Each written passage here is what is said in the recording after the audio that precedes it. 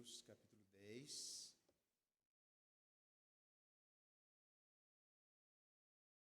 Verso 19 em diante.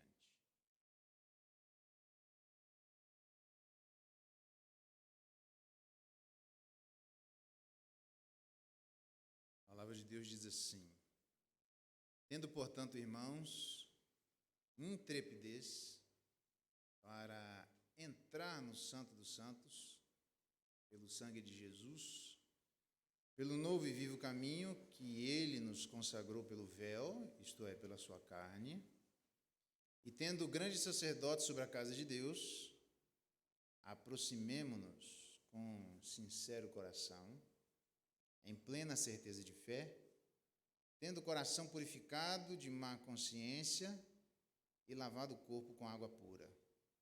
Guardemos firme a confissão da esperança, sem vacilar, pois quem fez a promessa é fiel. Até aqui a leitura da palavra de Deus. Louvado seja Deus pela sua palavra. Vamos orar mais uma vez? Pai bendito, estamos todos aqui juntos, reunidos em torno do teu altar, buscando na tua palavra as orientações que iluminam a vida de todos nós.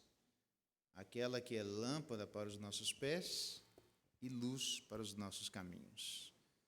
Continua dando graça sobre graça, derramando misericórdia superabundante, para que nessa noite sejamos todos desafiados e recebamos do teu Espírito a força necessária para cumprir e realizar os desafios que a tua palavra nos apresenta. Então, seja com cada um de nós. É a nossa oração e nosso clamor em nome de Jesus. Amém. Muito bem. Eu queria conversar com os irmãos sobre Jesus, o nosso grande sacerdote. Na verdade, está aí no verso 21, tendo grande sacerdote sobre a casa de Deus, Jesus Cristo. Tá? Sobre este assunto que eu gostaria de conversar com vocês. Antes disso, só explicando, o verso 25, não dá tempo, 24 e 25, é muito assunto que tem aqui, então para eu não matar vocês com tanto assunto assim, vamos devagar, tá bom? Eu vou tentar chegar do verso 19 até o verso 23, está de bom tamanho para nós hoje, ok? E uma oportunidade que Deus assim eventualmente nos permitir, a gente termina aqui o que precisa nos dois versos finais desse trecho. Quando eu andava lá em Marte, por exemplo,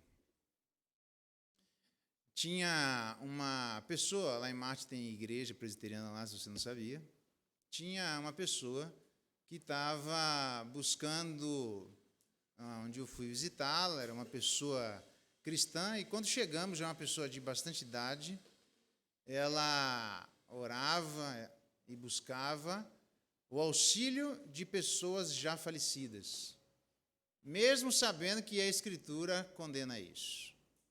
Na época, foi-lhe perguntado: como vai, dona fulana? Tudo bem? Tudo.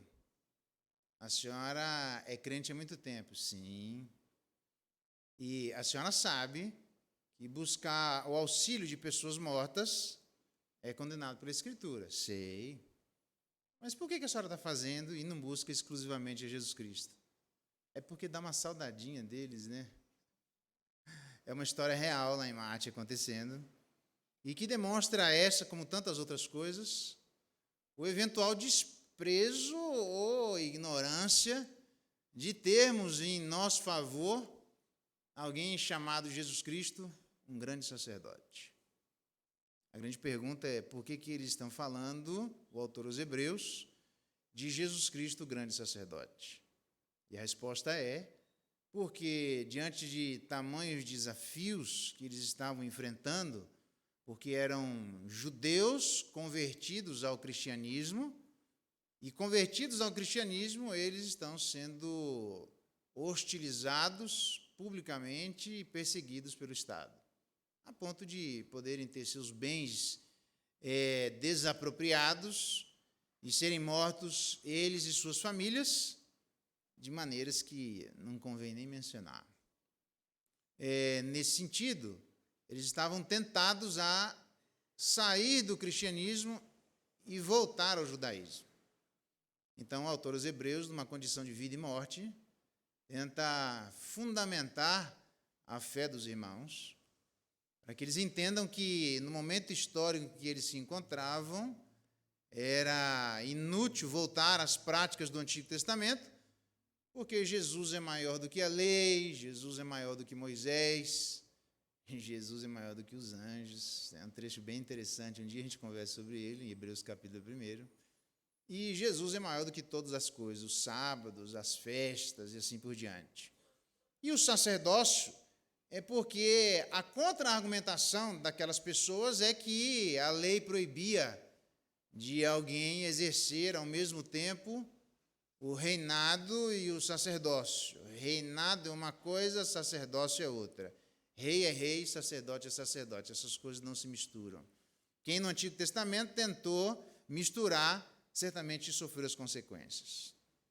A contra-argumentação da contra-argumentação foi que eles estavam desconhecendo aquilo que a Escritura já menciona no Antigo Testamento, também mencionado por eles. Porque no Antigo Testamento apresenta-se entre eles a pessoa de Melquisedeque, rei de paz. É isso que significa literalmente rei de paz e justiça. Melquisedeque, quando ele aparece, Abraão vindo de resgatar seu sobrinho, dá de cara com Melquisedeque, que era ao mesmo tempo rei e sacerdote. A tribo de Levi ainda não existia, mas ela estava representada seminalmente em Abraão.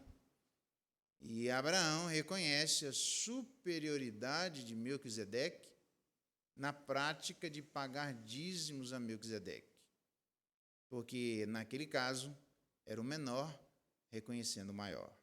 Então, a grande questão do Antigo Testamento é que há duas linhagens, a tribo de Levi e, entre outras, a tribo de Judá. Jesus, de fato, não ofereceu nenhum sacrifício, porque ele nem podia fazer isso. Ele não era da tribo de Levi, mas ele era de um sacerdócio superior à tribo de Levi. Ele vem da linhagem de Melquisedeque, da tribo de Judá. Então, nesse sentido, com essas duas linhagens acontecendo paralelamente no Antigo Testamento e chegando no Novo, normalmente o que acontecia é que, por exemplo, lá na cruz do Calvário, uma plaquinha foi colocada sobre a cabeça de Jesus Cristo, escrito em várias línguas, Jesus, o Rei dos Judeus. Mas agora ele está ensinando que Jesus não é só Rei dos Judeus, mas ele também é sacerdote. E para desfazer este eventual mal-entendido da parte daquelas pessoas e fundamentar qual é o significado de ter Jesus como nosso grande sacerdote, para que consigamos ter a força suficiente necessária para resistir às hostilidades públicas de até então. Para isso, ele vai desenvolver a ideia de Jesus sendo um grande sacerdote. E é sobre estes argumentos apresentados àquelas pessoas, onde, muito diferente de nós, eles estão arriscando a própria vida da sua casa, o argumento precisa ser muito bom, porque ninguém ia dar a vida por nada mais ou menos. Então, segue aqui alguns argumentos colocados pelos autores aos Hebreus, por que Jesus é o nosso grande sacerdote. O que é que nós devemos fazer? A primeira coisa, diz aí, tendo, portanto, no verso 19, irmãos, intrepidez para entrar no Santo dos Santos, verso 22, aproximemo-nos. Uma das coisas, então, que Jesus fez foi nos dar as condições necessárias para entrarmos no Santo dos Santos. É óbvio que ele está se utilizando de uma linguagem do Antigo Testamento, onde os sacrifícios eram feitos, as pessoas levavam seus sacrifícios. Então, pensa nessa caixa aqui com duas paredes. Um lugar onde o povo ficava, um lugar onde os sacerdotes ficavam e um lugar onde os sumos sacerdotes ficavam. Naquele sentido, na prática, naquele momento, só se levava os sacrifícios anualmente. Não era uma prática corriqueira, ninguém chegava, e era tão perigosa que corria-se o risco daquele que fosse oferecer sacrifício em prol do povo, se ele não tivesse nas condições pessoais adequadas, ele mesmo seria imediatamente punido. Então, como é que faz se o sacerdote morresse? Quem é que vai entrar para tirar o sacerdote de lá? Resposta: ninguém. Então, o que eles faziam? Igual boi. Amarrava na cintura uma corda, um blengue-blengue, já viu o boi andando, blengue-blengue, isso. E ele entra lá. Se o blengue-blengue parou, provavelmente Deus matou. Então, puxa, que eu que não vou entrar lá para ver como é que está a situação. Então, ninguém entrava na presença de Deus de qualquer jeito.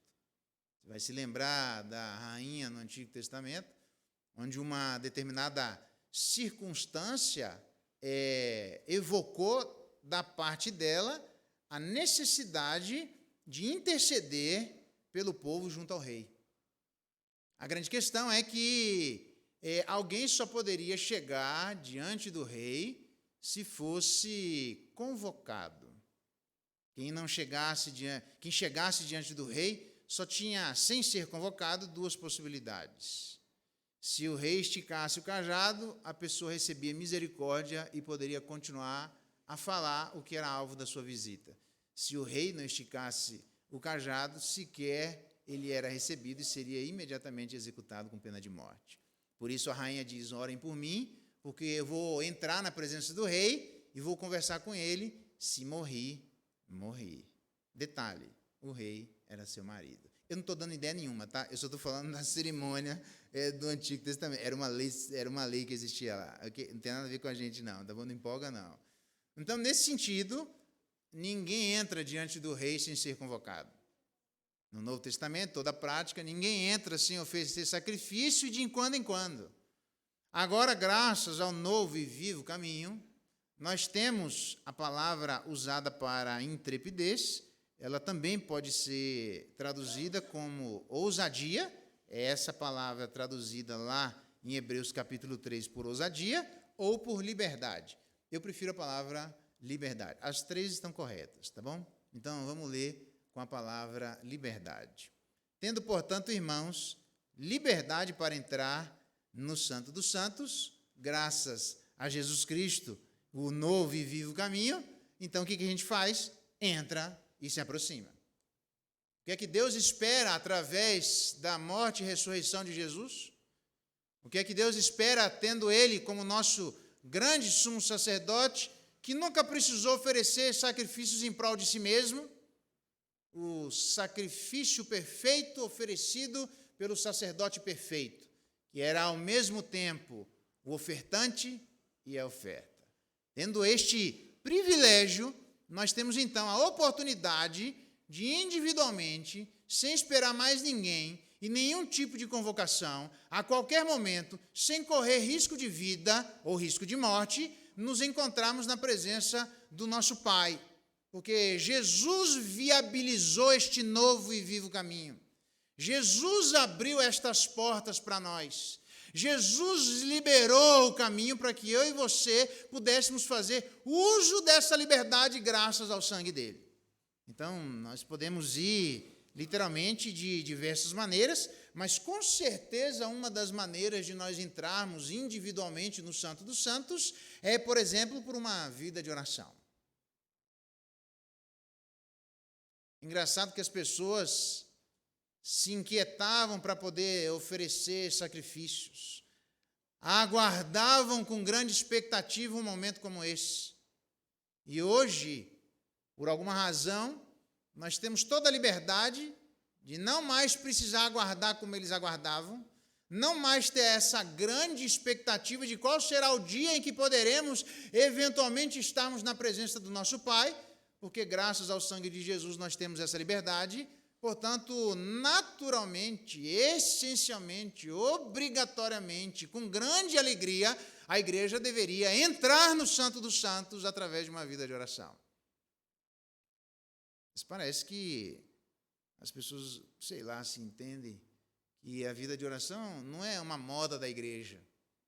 A vida de oração não é 2023, um ano de oração, ou 50 anos de aniversário, porque em alguns momentos nós enfatizamos a oração. Por essência, irmãos, graças àquilo que ele fez, graças à sua identidade, graças ao valor do sacrifício do sangue de Jesus, é que eu e você temos liberdade. Não importa a nossa idade, se somos pequenos e não sabemos falar direito, se somos maiores e ainda não fomos escolarizados, nós vive desse jeito, nós fala desse jeito, mas a gente chega lá não é por causa do nosso português, mas é por causa do sangue de Jesus.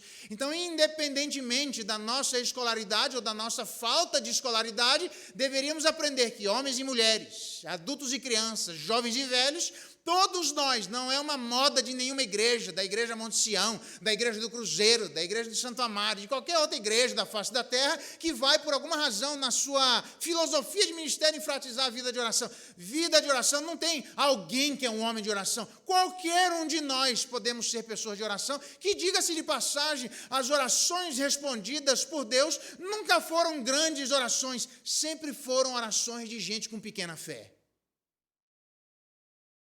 Por que é que vocês aquieta-te, emudece? Quem é esse que até o vento e o mar lhe obedece? Nossa, por que vocês não pediram para mim? Quem é esse que tem essa capacidade? Mas vocês são homens de pequena fé. E por alguma razão, ele atendeu a oração de homens de pequena fé. Há muitos outros exemplos, como alguém diria, geração incrédula e perversa, se soubesse, pediria a mim, eu daria a vocês e libertaria, porque isso foi alvo, essa resposta de Jesus Cristo, de um camarada que disse assim, Jesus, meu filho está aí, e o diabo entra nele, e ele é possesso, e o diabo tenta matá-lo, jogando na água, jogando no fogo, joga para lá, joga para cá, e eu tentei colocar na presença dos seus discípulos, nenhum deles conseguiu resolver o problema, ajuda-me. E ele, se tiveres fé, vai resolver. E ele diz assim, ajuda-me na minha falta de fé. E Deus resolveu. Me parece que as orações respondidas são orações de gente que tem pouca fé, e não orações que têm muita fé.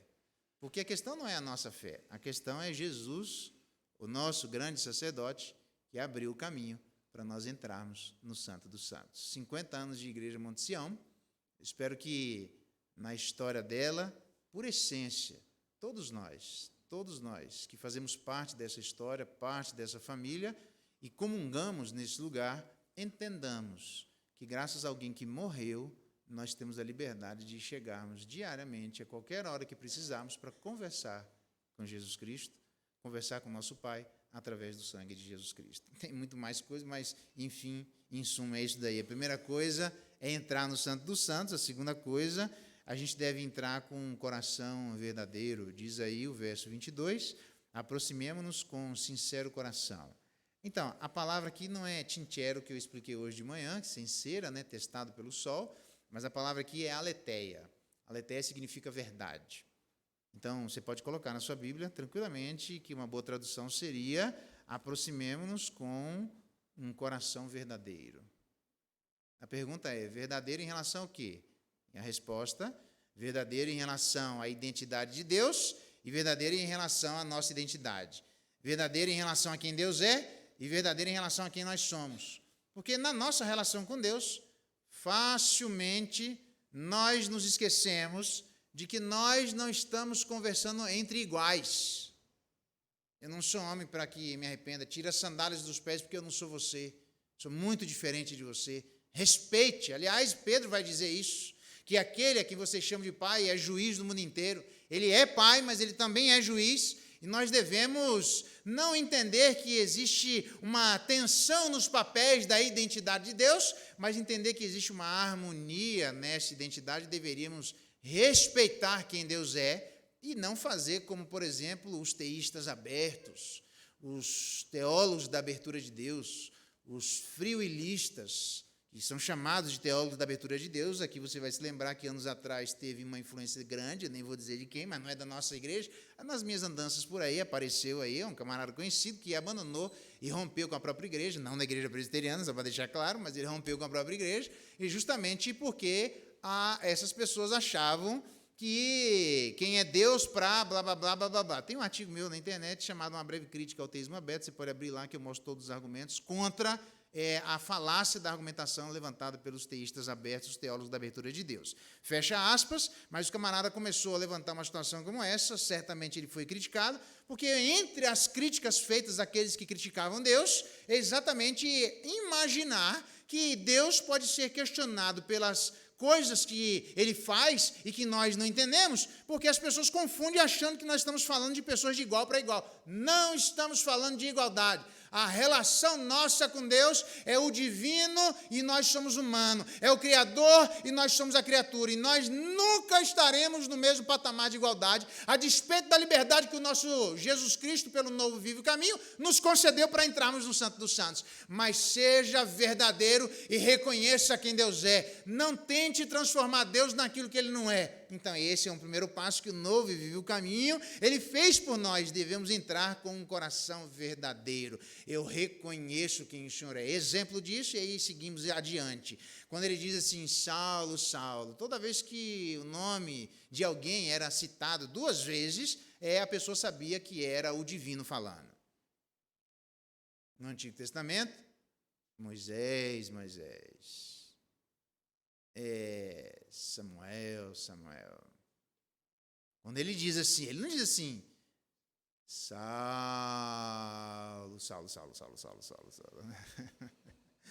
E nem ele diz assim, Saulo. Não. Saulo. Ele diz assim, fala Senhor. Ele sabe que é o divino. E o divino se apresenta a ele com nome humano. Porque uma das coisas que Saulo não fazia, que ele fazia, era não reconhecer a divindade de Jesus Cristo. E aí ele entendeu isso, porque ele, a partir daí, ele mesmo diz na primeira carta aos Coríntios, que não mais eu enxergarei Deus da perspectiva humana e nem os outros da perspectiva da carne. Então nós precisamos aprender a sermos verdadeiros em relação à identidade de Deus, mas também sermos verdadeiros em relação às nossas identidades, à nossa identidade e às nossas intenções. No Antigo Testamento diz, ai daquele que escondem profundamente as suas reais intenções de Deus. Já no Antigo Testamento era dito isso. Porque sempre tem gente chegando diante de Deus, tentando, como se isso fosse possível, esconder aquilo que verdadeiramente a pessoa está pensando, está desejando e fazendo. Aí vem aquelas perguntinhas cheias de maracutaia diante de Jesus Cristo, e ele diz, para cima de mim, meu amigo, você vem com fubá, eu já comi o bolo faz tempo. Se você quer que eu responda a sua pergunta, eu vou fazer a minha pergunta. E o fariseu perguntava, se eu responder assim, eu perco, se eu responder assado, eu perco. Eu não vou responder, então você não responde a minha, eu também não respondo a sua. Por quê? Porque os caras estão querendo esconder. Assim como teve com Ramã e Mordecai, assim como teve com os conselheiros do rei na época de Daniel. Senhor, o Senhor é grande, maravilhoso, todo-poderoso. Vamos fazer uma lei para que ninguém mais possa se quedar a outros deuses, a não ser exclusivamente a sua bondade. Eles não estavam nem pensando no rei, eles estavam olhando para Daniel, diz o texto que eles observaram a vida de Daniel, eles estão querendo massacrar a vida de Daniel, mas eles não querem fazer isso, não podem falar isso para o rei, porque o rei é amigo de Daniel e Daniel é amigo do rei. Então eles inventam uma maracutaia, e a Bíblia diz, não só no livro de Esther, mas também diz no livro de Provérbios, aquele que cavar uma cova, ele mesmo vai cair sobre ela. O camarada fez uma forca para poder enforcar a vida de Ramã, e ele mesmo foi enforcado na forca que ele fez para os outros. Por quê? Porque as suas intenções eram escondidas. Deus condena isso. Na nossa relação, as nossas intenções não podem ser escondidas, porque a gente deve se aproximar do Santo dos Santos, entrar na presença do Pai com coração de verdade. Reconheço quem o Senhor é e reconheço quem eu sou. E verdadeiramente eu quero dizer aquilo que eu estou pensando. Assim como, exemplo, no Salmo 139, a gente segue adiante. Qual é o assunto principal do Salmo 139? Resposta não é aquela argumentação que é só uma tentativa de esconder a sua real intenção. Ó Deus, tu me sondas, me conheces. Sabes quando me assento e me levanto. Sei. O Senhor é que me criou desde o ventre da minha mãe. O Senhor me entristeceu e viu lá. E o Senhor determinou todos os meus dias quando nenhum deles havia ainda. Desembucha, meu amigo. E ele diz, não, Senhor, se eu vou para um lugar, o Senhor está. E se eu vou para outro lugar, o Senhor também está lá. E não tem lugar onde eu chegue que o Senhor também não esteja. As trevas e a luz são a mesma coisa. Nada pode ser ocultado diante do Senhor. Isso eu já sei, desembucha. E um versículo, depois de toda essa conversa furada, que é verdadeira sobre a identidade de Deus, mas não é verdadeira sobre a real intenção do salmista. Ele diz, sabe os teus inimigos, eu os odeio com ódio consumado. Morra! Isso, é isso aí. A grande pergunta, como é que alguém pode nutrir ódio diante de Deus, que é o nosso vingador? Por que não pode nutrir? Não só não pode nutrir porque não é isso que Deus quer e espera da vida de seus filhos, mas também porque está tentando fazer o papel de Deus. Porque a Bíblia diz que nós devemos descansar as nossas coisas diante do nosso Deus, porque é horrível coisa cair na mão do Deus vivo. Deus é o nosso vingador. É Ele quem vai cobrar de maneira absolutamente definitiva e justa a culpa que as pessoas têm, que eventualmente daquilo que elas fizeram contra nós. Então ele diz, abra mão. E quando a gente não abre mão, é porque a gente está tentando fazer o papel de Deus.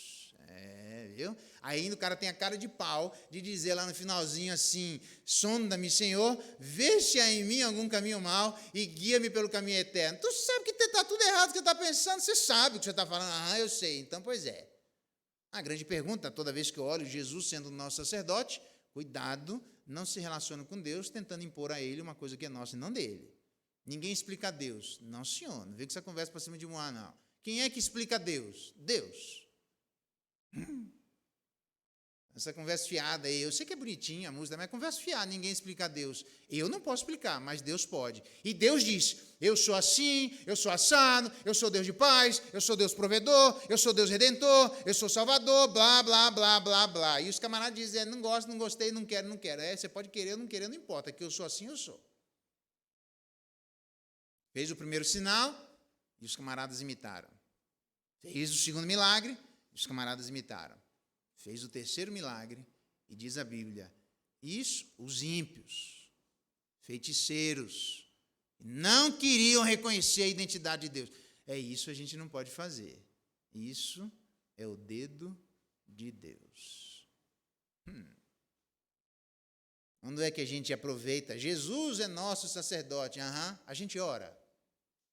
E se ele é o nosso sacerdote, a gente não ora? Não é assim, vai irmão, ora, pelo amor de Deus, ora. Faz uma oração. Teve gente que já foi capaz de dizer, se o senhor me chamar para fazer uma oração, eu saio da igreja. Quando eu estava lá em Marte, lá saindo de Marte, eu pastorei uma época lá em Marte.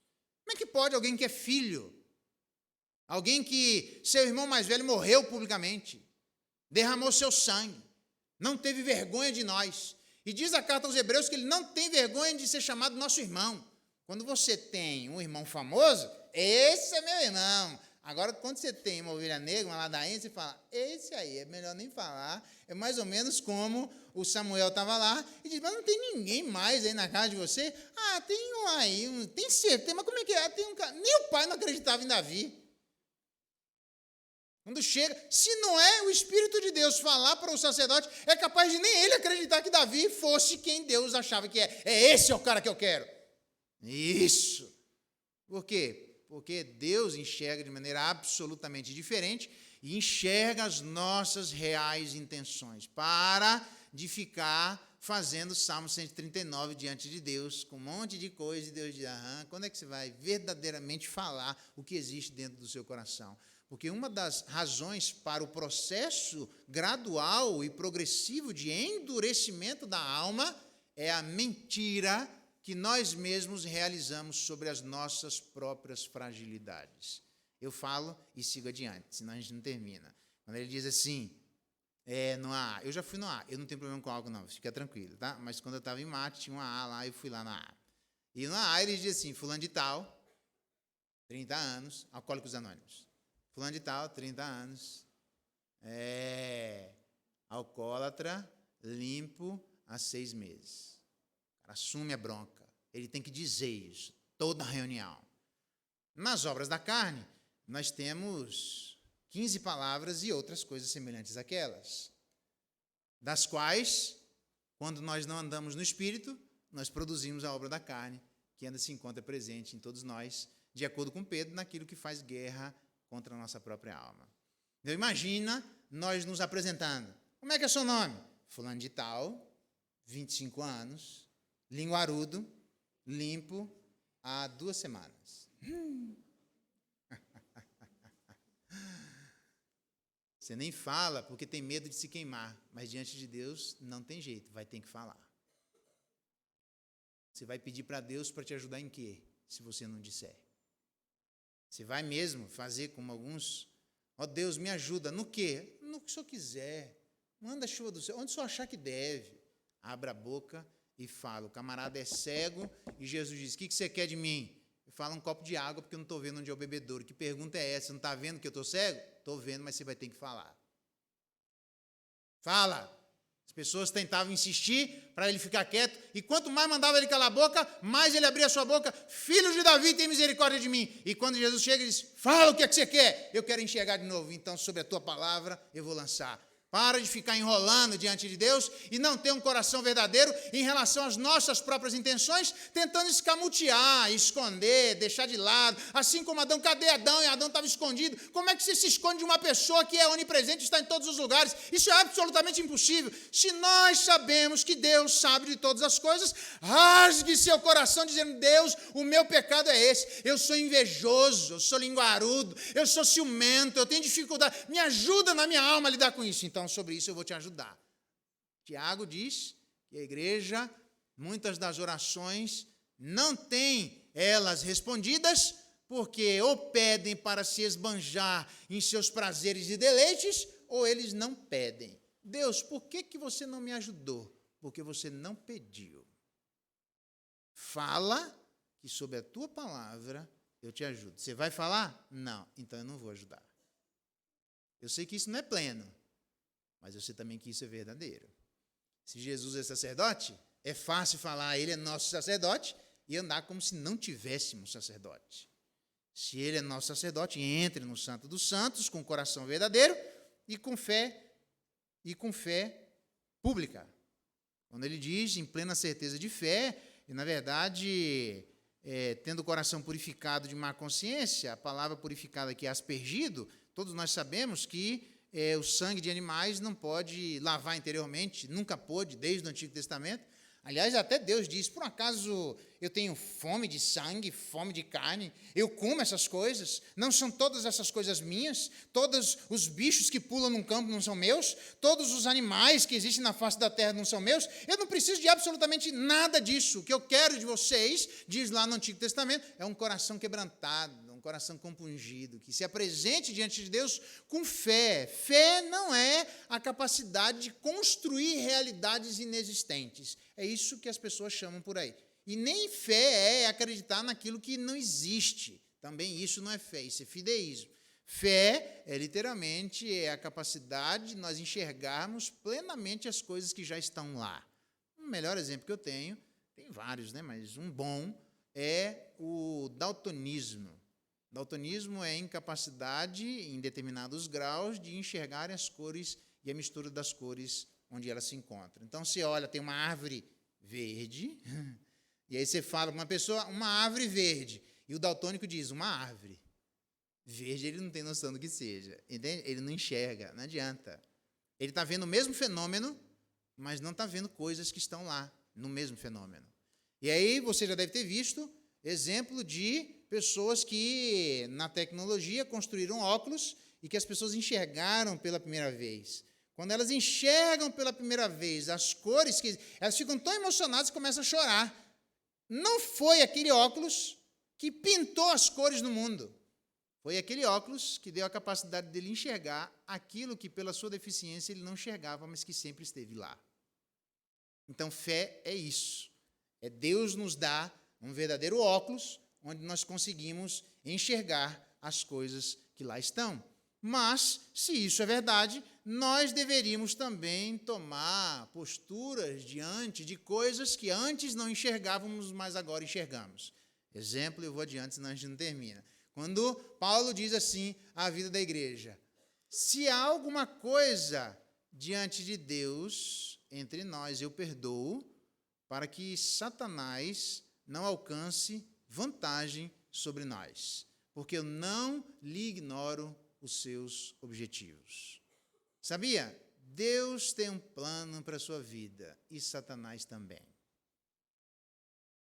Graças a ele enxergar que Satanás existe, graças a ele enxergar que as hostes malignas existem, graças à sua habilidade dada por Deus de enxergar que existem coisas que só podem ser vistas pela fé, Paulo toma atitudes no mundo visível, nos relacionamentos visíveis, no momento em que nós nos encontramos, levando em consideração isso que só é possível ser visto pela fé, para que estes seres pessoais caídos não se aproveitem da eventual obscuridade que possa existir nas nossas relações.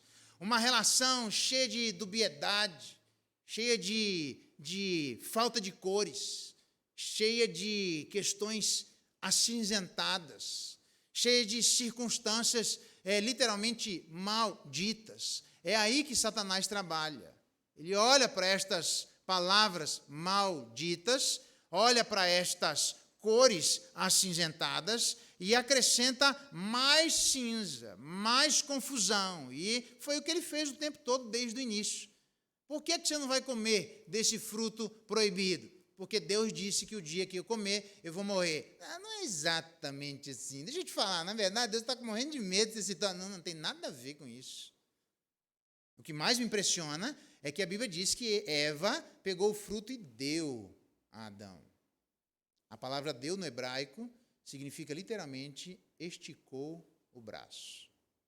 Você consegue imaginar isso?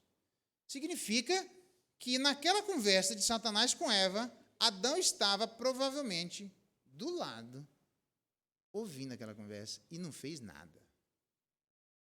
Meu amigo, Eva pode ter errado, mas Adão pisou feio na bola. Ele está ouvindo aquela história e ele teria dito: que conversa é essa que está dizendo que Deus não disse isso, rapaz? Da onde você tirou essa conversa? Eu converso com Deus. A Bíblia diz que Deus aparecia na viração do dia. Todos os dias eu converso no finalzinho da tarde. Deus é meu companheiro. Ele não falou nada disso que você está dizendo. Você está torcendo as palavras de Deus. Ele ouviu a sua mulher entrar no perigo e não falou absolutamente nada para poder resgatar a vida da sua mulher. Tem um monte de gente no meio da igreja que simplesmente vê as circunstâncias acontecendo, vê as pessoas falando, vê a maldade se estabelecendo, sabe que Satanás trabalha em questões malditas, nas distorções, nas coisas que as pessoas não disseram. Ele sabe o que as pessoas verdadeiramente disseram, mas simplesmente se eximem da responsabilidade que eles têm diante de Deus por saber o que é verdadeiro e dizer: olha, você está dizendo que o fulano está dizendo aquilo que ele não disse, não é verdade que ele disse aquilo que ele disse, que você está dizendo que ele disse, porque se fosse verdade que ele tivesse dito aquilo que você está dizendo que ele disse, aí eu concordo com você que ele deveria ser responsabilizado pela sua ação, mas ele não disse. Não é bem assim, não. Então muda a sua palavra e volta, porque se você continuar com essa ladainha no meio da igreja aqui, eu vou acertar, é a minha vez de acertar com você, embora não tenha nada a ver com essa questão. Mas por quê? Porque é a mentira se estabelecendo. Ele está vendo, ele por fé percebe o perigo, é ele em fé que sabe que as hostes malignas vão cirandar no nosso meio. Então nós não devemos ser como o primeiro Adão, nós devemos ser como o segundo Adão. O segundo Adão chega para Pedro e diz: Pedro, se não sou eu, Satanás queria peneirar a sua alma, ele queria acabar com a sua raça, ele queria trucidar você. Então, aquilo que Adão deveria ter feito entre Eva e Satanás, Jesus Cristo fez entre Pedro e Satanás. Por quê? Embora a fé de Jesus Cristo seja absolutamente da nossa fé, porque ele não precisa de salvação, porque ele não tem pecado. Então, ele não tem fé salvadora, ele só apresenta a fé salvadora. É por isso que ele diz: eu vou para o meu Pai, vosso Pai, o meu Deus, o vosso Deus. A relação de Cristo com o Pai é absolutamente diferente da nossa relação com o Pai. A relação de fé de Cristo como Filho é absolutamente diferente da nossa relação como Filho. É por isso que a gente tem que ouvir aquilo que ele disse e prestar atenção no que o nosso irmão mais velho faz. Age por meio de fé, ainda que seja diferente da nossa fé salvadora, beleza? Mas se ele é o nosso sacerdote, Jesus é nosso sacerdote. Ore, entre no Santo dos Santos. Jesus é nosso sacerdote. Seja verdadeiro, pare de ficar escondendo as coisas que verdadeiramente existem no seu coração. Jesus é nosso sacerdote, então tenha fé. Uma fé pública, que o texto diz que aquilo que eles fazem de purificar da má consciência e lavar o corpo com água pura, literalmente significa o batismo. A minha palavra, eu não sei, tem muita gente mudou, 22 anos, né? 22 anos aqui, que eu não venho aqui, depois de 22 anos, alguns estão aí, um pouco diferente, como eu também, e outros estão aí que não estavam naquela época. E talvez você esteja aqui nessa noite e você ainda não fez a sua pública profissão de fé. O meu desafio é, se Jesus é nosso sacerdote, faça a sua pública profissão de fé. Não existe relação verdadeira com Cristo que não seja pública, porque a relação dele conosco é pública, sempre foi pública. Então, para de ficar tentando se esconder e chegue diante de Deus e assuma publicamente aquilo que ele mesmo assume publicamente da relação dele conosco. Por isso que ele diz que aqueles que me negarem diante dos homens, eu vou negar diante de meu Pai. Aqueles que não me negarem, eu não vou negar diante de meu Pai que está nos céus. Se você gosta tanto do conceito de retribuição e exige que no mundo a justiça seja feita, cuidado, porque é com grande dificuldade que o juízo começa pela casa de Deus, que dirá quem está fora da casa de Deus. Então, se ele é nosso sacerdote, nós devemos entrar, nós devemos ser verdadeiros, devemos ter fé pública e, por fim, o argumento nós devemos ter uma fé pessoal, mantendo-se firmes pessoalmente. Fidelidade, verso 23. Guardamos firme a confissão da esperança, sem vacilar, pois quem fez a promessa é fiel. Deus, a grande pergunta, anota aí, quer dizer, eu não sei se você vai anotar, mas está gravando, aí depois você pode rebobinar e volta 36 vezes para você ver o que é uma promessa. O que é uma promessa? Resposta. É quando alguém empenha aquilo que tem de mais precioso para gerar tranquilidade no outro, demonstrando que ele tem todas as condições e subsídios para, no futuro, cumprir aquilo que ele disse que faria. Aí depois você pega a fita gravada e volta 20 vezes para você gravar isso. Promessa é quando alguém empenha aquilo que tem de mais precioso para gerar tranquilidade no outro, demonstrando que ele tem todas as condições e subsídios para, no futuro, cumprir aquilo que ele disse que faria. Bom, nós temos a promessa de que ele viria e ele veio. Nós temos a promessa de que ele vai voltar, me aguardem, e nós haveremos de cear da minha mão, aguarde. Ele prometeu que nos sustentaria no caminho, ele prometeu que nos acompanharia, ele prometeu que foi preparar um lugar para nós, ele disse isso para nós, ele disse que será o nosso vingador. Então, pode bater, aproveita para bater nos crentes, porque os crentes vão gemer como ovelha muda perante os seus tosqueadores. Jesus mandou como ovelhas no meio dos lobos para o matadouro. Aproveita. Por quê? Porque a minha confiança é que quando ele voltar, meu amigo, não é que a gente quer escarnecer dos outros, não, para justamente evitar o escarnecimento que não deve existir. Ele é justo, cobra na medida correta. Mas eu vou chamar Jesus, vem aqui. Está vendo aquele camarada ali? Que não, é Jesus, eu sei. Então, eu só estou te mostrando, é isso. Agora você conversa com ele, porque diz a Bíblia que bem-aventurados que têm fome e sede de justiça, porque serão saciados. Serão enfastiados, serão cheios, serão empanzinados.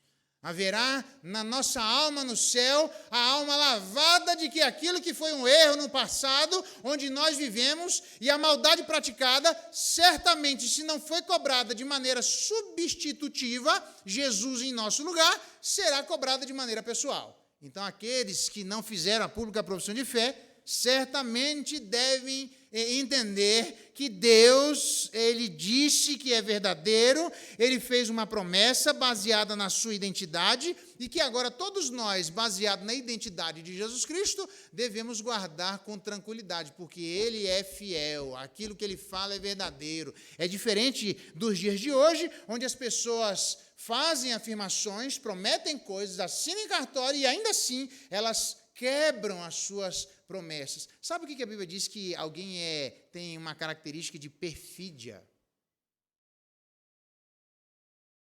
Perfídia.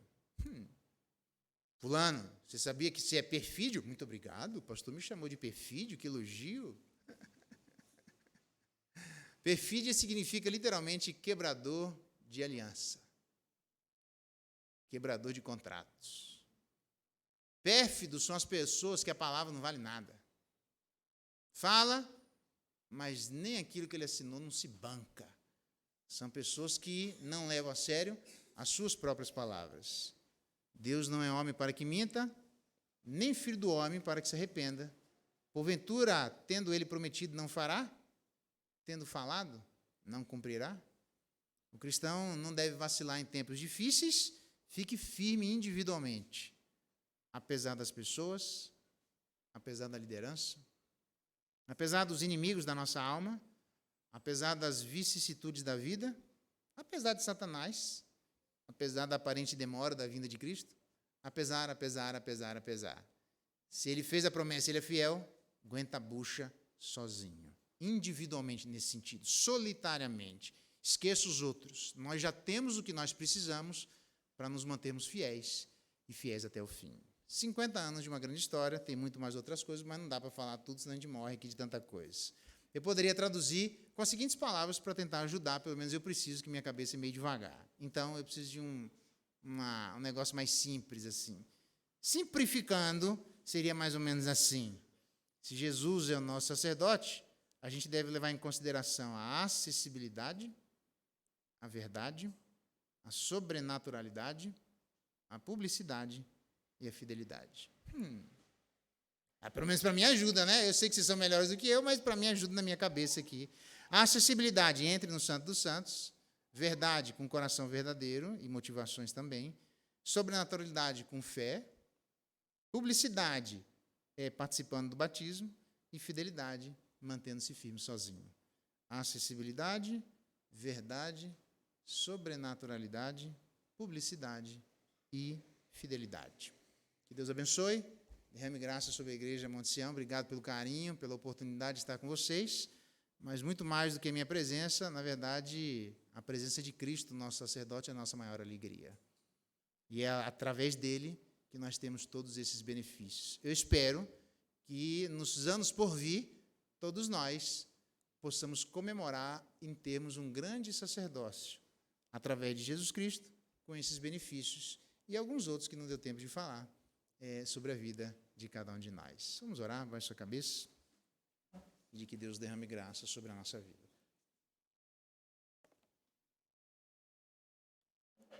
Pai, em nome de Jesus, nosso coração se alegra. Há tantas coisas que aprendemos sobre Cristo, seu